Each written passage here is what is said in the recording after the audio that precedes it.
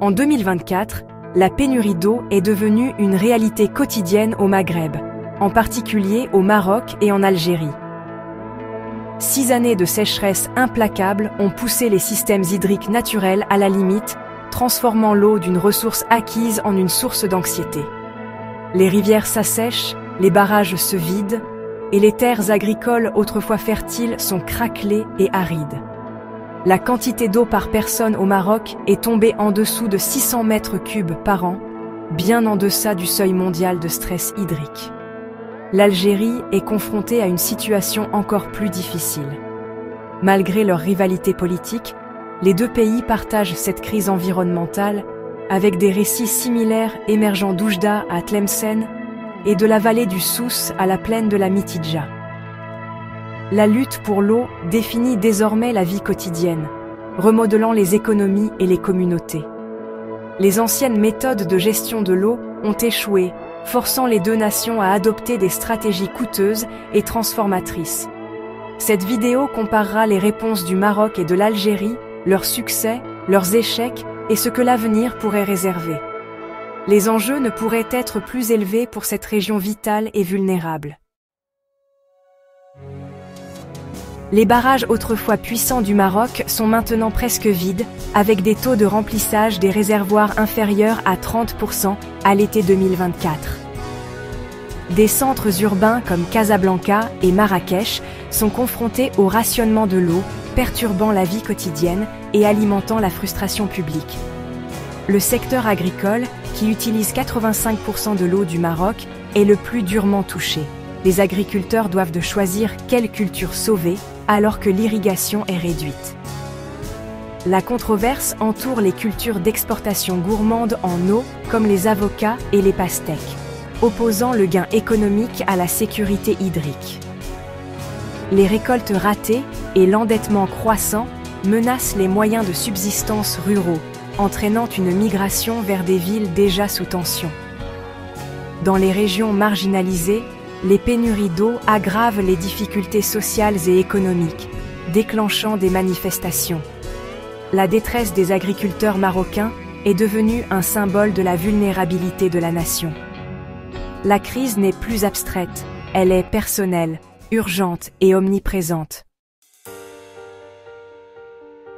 L'Algérie fait face à sa propre urgence hydrique, avec encore moins d'eau renouvelable par habitant que le Maroc. Les barrages le long de la côte sont à des niveaux records, forçant un rationnement drastique. Certains quartiers d'Alger n'ont de l'eau que tous les quelques jours.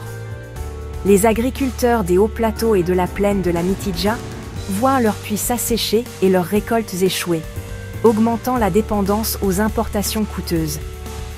Une irrigation obsolète et des tuyaux fuyants gaspillent plus de 40% de l'eau traitée, aggravant la crise.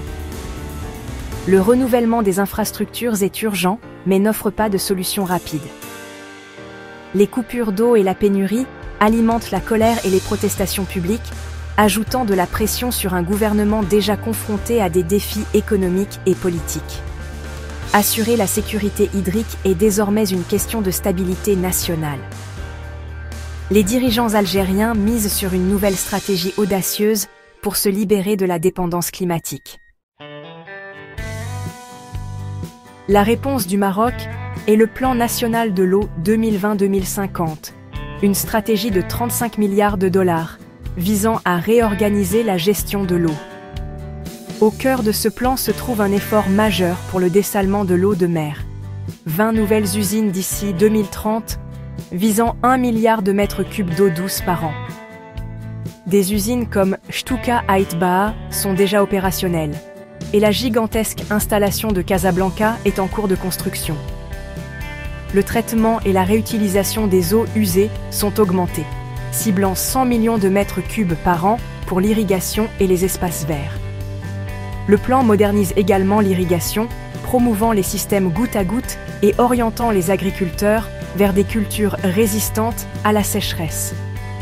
La conservation et l'efficacité sont aussi importantes que l'approvisionnement.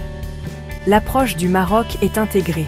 Augmenter l'approvisionnement, réduire les déchets et changer la façon dont l'eau est valorisée. C'est une bataille à long terme et sur plusieurs fronts pour la sécurité hydrique.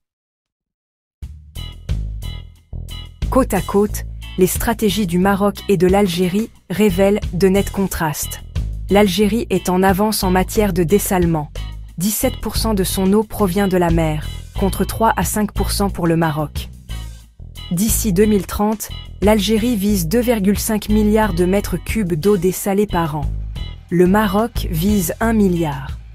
Le Maroc, cependant, possède un réseau de distribution plus efficace, perdant 20 à 30% de l'eau contre plus de 40% pour l'Algérie. Le Maroc est également en tête en matière de réutilisation des eaux usées, en faisant une partie formelle de son plan hydrique.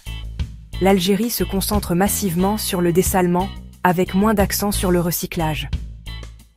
Les chiffres de chaque pays reflètent ses priorités. La rapidité et l'ampleur pour l'Algérie, l'équilibre et l'efficacité pour le Maroc. Les deux sont confrontés à des compromis entre ambition, durabilité et praticité. La force du Maroc est son approche intégrée et diversifiée, combinant dessalement, réutilisation et conservation. Sa faiblesse est la lenteur de la mise en œuvre. Les infrastructures pourraient ne pas suivre le rythme de la crise. Des défis politiques subsistent, notamment concernant l'agriculture gourmande en eau. La force de l'Algérie est la rapidité et la volonté politique. Sa réponse de type urgence apporte un soulagement rapide. Mais une forte dépendance au dessalement, énergivore, crée de nouvelles vulnérabilités, surtout si les coûts de l'énergie augmentent. Des infrastructures vétustes menacent de saper des investissements massifs. Les deux pays risquent de ne pas atteindre leurs objectifs s'ils ne s'attaquent pas ensemble à l'efficacité et à la durabilité. La leçon, la résilience exige à la fois une action audacieuse et une planification équilibrée. Les risques à venir sont intimidants. Le Maroc pourrait faire face à un stress hydrique extrême d'ici 2040, menaçant l'agriculture et la stabilité sociale. Le pari de l'Algérie sur le dessalement dépend de l'approvisionnement stable en énergie. Sans énergie renouvelable, les coûts et les émissions pourraient monter en flèche.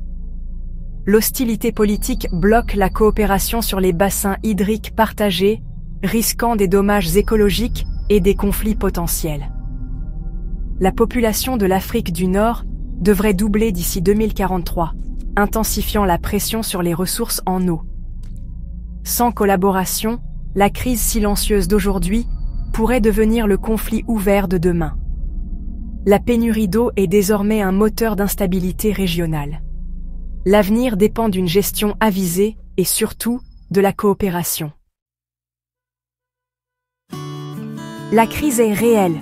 Ce qui compte maintenant, c'est la façon dont le Maroc et l'Algérie y répondent. Le plan intégré du Maroc est durable mais lent. Le dessalement rapide de l'Algérie est audacieux mais risqué. La meilleure voie pourrait combiner la vision du Maroc avec l'urgence de l'Algérie. Les deux doivent donner la priorité à la réparation des tuyaux fuyants. L'efficacité est aussi vitale que le nouvel approvisionnement. L'agriculture doit s'orienter vers des cultures résistantes à la sécheresse et une irrigation moderne avec un soutien aux petits agriculteurs. L'éducation du public est essentielle pour construire une culture de la conservation. Surtout, la coopération régionale est indispensable. L'eau partagée ne peut être gérée isolément. Les dirigeants doivent en voir au-delà de la rivalité.